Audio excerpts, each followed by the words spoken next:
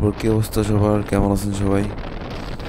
আজকে যাইতেছি হইলো মূলত আমাদের এক কাকার গাড়ি মামলা খাইছিল। এই মামলাটা ইউকেসে টাকা জমা দেওয়া আছে কাগজ টানার জন্য। যাইতেছি কেরানীগঞ্জ থানায়।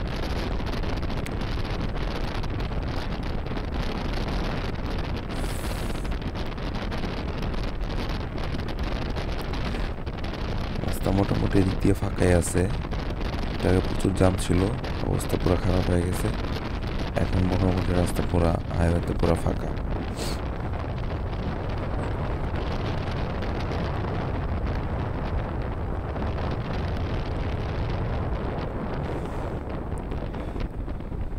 থানায় যে একটা জিনিস অবাক হলাম, কেরানীগঞ্জ থানায় আপনার একজন পুলিশ, এত বড় থানায় একজন পুলিশ আর কেউই নেই, একজনই আছে।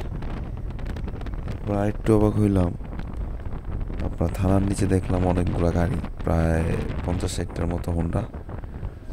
জিজ্ঞেস করলাম, ভাই এগুলো হোন্ডা কি নিলামে উঠান নাকি মালিকরা নিয়ে যায়? তারপর পুলিশ যেটা বললো, আসলে কি বলবো, বললো যে এগুলার মালিক যা আছে সব স্পট ডেট।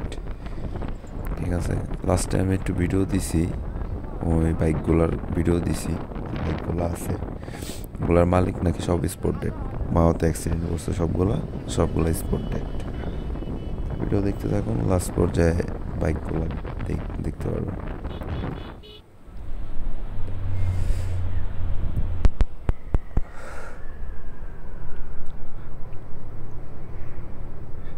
এই হচ্ছে বাইকগুলা, ওগুলার মালিক সবগুলা স্পট ডেট, একজনও ভাই জানে।